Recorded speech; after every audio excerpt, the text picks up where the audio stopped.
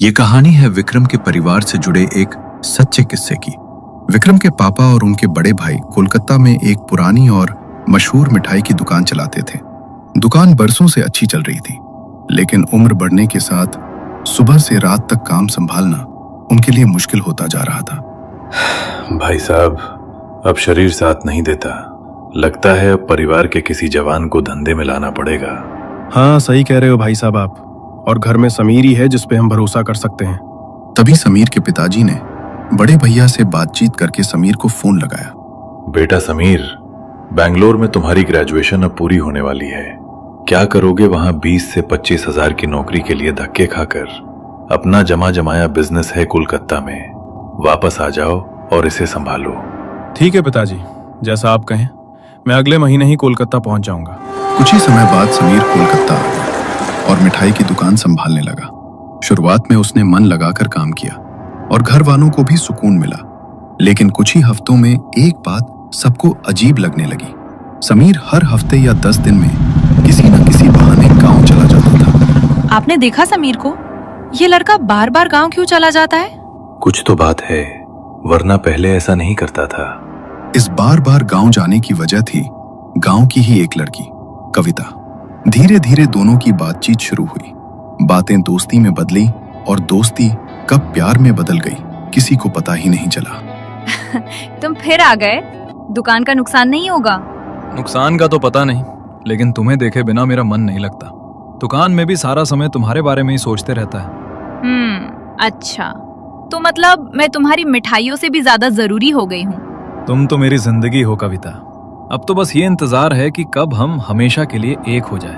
कुछ ही महीनों में दोनों एक दूसरे के बिना रह नहीं पाते थे, लेकिन इस रिश्ते का असर समीर के काम पर साफ दिखने लगा। समीर, ध्यान कहाँ है तेरा? ग्राहक सामने खड़ा है। बस आ रहा हूँ बड़े पापा। हर तीसरे चौथे दिन समीर कोई न कोई बहाना बनाकर गांव चला जाता था। धीरे धीरे उसने अपने परिवार पर भी ध्यान देना कम कर दिया। उसके व्यवहार में एक अजीब सा बदलाव आ गया था। वो चिड़चिड़ा रहने लगा और अपनी माँ तक से ठीक से बात नहीं करता था। आपको नहीं लगता समीर कुछ बदला बदला सा लग रहा है? ना घर की सुध है, ना काम की। दिल घबराता है, लगता है उस लड़की ने उस पर कुछ कर दिया है। हाँ, सही कहा तुमने। मुझे भी वो लड़की शुरू से ठीक नहीं लगी। इस सब में कुछ ना कुछ गड़बड़ तो जरूर है। हमें कुछ करना होगा। गांव के पास जो गुरुजी रहते हैं, जो हनुमान जी के परम साधक हैं, हमें उनके पास जाना चाहिए। घर वाले समझा समझा कर थक चुके थे, लेकिन समीर सुनने को तैयार नहीं था। तभी शारदा देवी को गांव के पास रहने वाले एक हनुमान साधक की याद आई। वो साधक हनुमान जी की उपासना के लिए जाने जाते थे। शारदा देवी उनके पास पहुंची और रोते हुए सारी बात बता दी। बाबा, मेरा बेटा गलत रास्ते पर चला गया है, कुछ उपाय बताइए। साधक ने आंखें बंद की और ध्यान लगाया। थोड़ी देर बाद आंखें खोलकर उन्होंने समीर की मां को बताया, तुम्हारे बेटे पर किसी बाहरी शक्ति का साया नहीं है, बल्कि उसे खिलाया पिलाया गया है। गांव में जो जागर की पूजा हुई थी, उसी के भोग की मिठाई में अभिमंत्रित चीजें मिला दी गई थीं। वो अब किसी लड़की और उसके परिवार की उंगलियों पर नाच रहा है। कोई उपाय बताइए गुरुजी, मेरा बेटा बर्बाद हो जाएगा।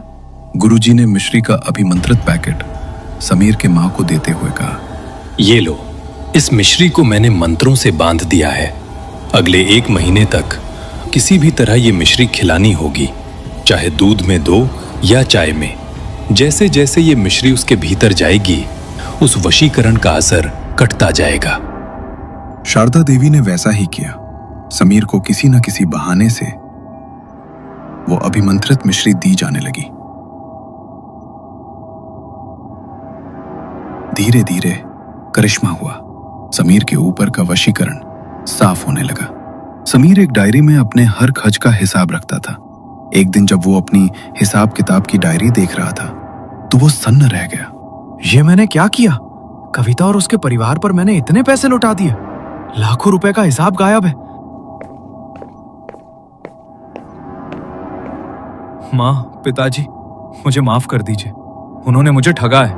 मैं अभी जाकर उनसे हिसाब मांगता हूँ। नहीं बेटा, उनके पास मत जा। जो गया सो गया। हमें खुशी है कि हमारा समीर हमें वापस मिल गया। रहने दे बेटा, वो लोग बहुत खतरनाक हैं। नहीं पिताजी, धोखे की सजा तो उन्हें मिलनी चाहिए। आर्यन पायल के घर पहुंचा और वहां जमकर हंगामा हुआ। उसने अपने पैसे वापस मांगे और उन्हें खूब खरी खोटी सुनाई। उसे लगा कि सब कुछ खत्म हो गया है और अब वो अपनी नई जिंदगी शुरू कर सकता है। घर वालों ने भी उसकी शादी कहीं और पक्की कर दी थी। एक दिन पूरा गांव रोशनी से नहाया हुआ था क्योंकि सालाना मेला शुरू हो चुका था। और समीर को नहीं पता था कि जिस अपमान का बीज वो कविता के घर बोकर आया था, वो उस मेले की रात एक खौफनाक फसल बनकर उसके सामने आने वाली थी। गांव में सालाना मेले का जश्न अपने पूरे शबाब पर था। 5 दिनों तक चलने वाले इस उत्सव में नारायण जी की पूजा और यज्ञ हो रहा था। पूरा कांजियापाल रोशनी से जगमगा रहा था, लेकिन समीर के लिए ये रोशनी बस कुछ ही घंटों की मेहमान थी। मेले की तीसरी रात थी। प्रवचन चल रहा था और समीर अपने छोटे भाई विक्रम के साथ बैठा हुआ था। तभी अचानक समीर के मोबाइल पर किसी का कॉल आया। स्क्रीन पर किसी का नाम नहीं था। समीर ने कॉल उठाया। हेलो, कौन? लेकिन उधर से कोई बोल नहीं रहा था। कुछ सेकंड बाद सिर्फ किसी के सांस लेने की आवाज सुनाई दी और फिर धीमी सी फुसफुसाहट आई। पानी। समीर चौंक गया। उसने फिर से पूछा, कौन है? लेकिन तभी कॉल कट हो गया। अगले ही पल मोबाइल पर एक मैसेज आया, स्कूल के पीछे आओ। समीर के चेहरे पर बेचैनी साफ दिखने लगी। विक्रम, तू यहीं बैठ और माँ के पास ही रहना। मेरा एक बहुत जरूरी काम आ गया है, मैं अभी आता हूँ। भाई कहाँ जा रहे हो? बहुत रात हो गई है। बस 5 मिनट विक्रम, फिक्र मत कर, अभी एक जरूरी बात करनी है। बात होते ही लौट आऊंगा, तू माँ के पास ही रहना, समझा? ये कहकर समीर फोन कान से लगाए मेले की भीड़ से निकलकर अंधेरे रास्तों की तरफ बढ़ गया। विक्रम थोड़ी देर तक उसे जाते हुए देखता रहा, फिर माँ के पास जाकर बैठ गया। रात गहराती चली गई। 2 मिनट, आधा घंटा बन गए, लेकिन समीर वापस नहीं लौटा। विक्रम ये सोचकर घर चला गया कि शायद समीर किसी काम में फंस गया होगा और सीधे घर आ जाएगा। थकावट के कारण वो सो गया, लेकिन अगली सुबह जो हुआ उसने पूरे परिवार की नींव हिला दी। विक्रम, विक्रम, जल्दी घर चल, बहुत अनर्थ हो गया है। समीर भाई, समीर भाई। क्या क्या हुआ समीर भाई को? ऐसे क्यों बोल रहे हो? साफ साफ बताओ। मुझे खुद ठीक से समझ नहीं आ रहा। बस गांव वाले कह रहे हैं समीर भाई नहीं रहे। नहीं, ये झूठ है। कल रात तो वो मेरे साथ थे, ठीक थे वो। तुम क्या बकवास कर रहे हो? चल ना विक्रम, देर मत कर, घर का माहौल ठीक नहीं है। विक्रम भागता हुआ घर पहुंचा। पूरे घर में कोहराम मचा था। रोने चीखने की आवाजें आ रही थी। गांव के लोग एक ही दिशा में भागे जा रहे थे। सरकारी स्कूल के पीछे वाले खेत में समीर की लाश पड़ी थी। जब विक्रम का बड़ा भाई लाश देखकर लौटा तो उसकी आंखों में ऐसा डर था जो उसने पहले कभी नहीं देखा था। मैंने ऐसी लाश कभी नहीं देखी। किसी ने भाई के हाथ पैर इस तरह मरोड़ दिए थे जैसे वो इंसान नहीं था। पूरा शरीर अजीब तरह से मुड़ा हुआ था और मुंह से झाग निकल रहा था। भाई को जहर दे दिया था, किसी ने जहर दे दिया था मेरे भाई को। पुलिस ने केस को सुसाइड बताने की कोशिश की, लेकिन पोस्टमार्टम रिपोर्ट ने साफ कर दिया कि ये बेरहमी से किया गया मर्डर था। फिर भी गांव की अंदरूनी राजनीति और रसूख के चलते मामला धीरे धीरे दबा दिया गया। समीर के माँ बाप इस सदमे में इतने टूट चुके थे कि उन्होंने इंसाफ की लड़ाई लड़ने की हिम्मत ही खो दी। लेकिन किसी को अंदाजा नहीं था कि जिस रात समीर का अंतिम संस्कार हुआ था, उसी रात उसके बड़े पापा की जिंदगी में कुछ ऐसा शुरू हो चुका था जिसे अब रोका नहीं जा सकता था। रात गहरी थी। पूरा घर नींद में डूबा हुआ था। बड़े पापा को लगा जैसे कोई उनके सामने खड़ा है। कमरे के बीचों बीच समीर खड़ा था। वही चेहरा, वही कद, वही आंखें। वो कुछ बोल नहीं रहा था, बस सीधे उन्हें देख रहा था। उसकी आंखों में न गुस्सा था न नफरत, बस एक अजीब सा सवाल, जैसे पूछ रहा हो, मेरे साथ ऐसा क्यों हुआ? बड़े पापा का गला सूख गया, शरीर हिल नहीं पा रहा था। वे चिल्लाना चाहते थे लेकिन आवाज बाहर ही नहीं निकल रही थी। समीर एक कदम आगे बढ़ा और उसी पल बड़े पापा झटके से उठ बैठे। कमरा खाली था। समीर कहीं नहीं था, सिर्फ उनकी तेज सांसें, धड़कता हुआ दिल और पूरे शरीर को भिगोता हुआ पसीना। उन्होंने कांपते हाथों से माथा छुआ। वो सपना था, सपना ही था, बस सपना। बड़े पापा की हालत दिन ब दिन बिगड़ती जा रही थी। उनके हाथ कांपने लगे थे। रात को नींद नहीं आती थी। कई बार वे नींद में ही चिल्ला उठते। एक रात उन्होंने डर के मारे पूरे घर को जगा दिया। वे पागलों की तरह चिल्ला रहे थे। दूसरी तरफ पायल का परिवार अचानक गांव छोड़कर चला गया था और वो जहां भी थे, कविता रात रात भर रोती थी और कहती थी, हमें नहीं पता था कि वो लोग उसे मार देंगे, हमें नहीं पता था। पायल के अजीब बर्ताव और आर्यन के बड़े पापा के साथ हो रही इन डरावनी घटनाओं ने पूरे घर को सन्न कर दिया था। कोई खुलकर कुछ कह नहीं पा रहा था, लेकिन हर किसी के मन में डर बैठ चुका था। किसी को समझ नहीं आ रहा था कि ये सब अचानक क्यों और कैसे हो रहा है। आखिरकार अगले ही दिन पूरे परिवार ने एक साथ फैसला किया, अब बहुत हो गया और इंतजार नहीं किया जा सकता। हमें पंडित जी के पास जाना ही होगा और समझना होगा कि इन सब घटनाओं के पीछे आखिर क्या छुपा हुआ है। सारे लोग पंडित जी के पास इकट्ठा हो गए। पंडित जी ने आंखें बंद की, कुछ पल मंत्र बुदबुदाए और फिर भारी आवाज में बोले, ये सब कविता के परिवार ने किया है। कमरे में सन्नाटा छा गया। पंडित जी ने आंखें खोली और आगे कहा, लेकिन सच्चाई इतनी ही नहीं है।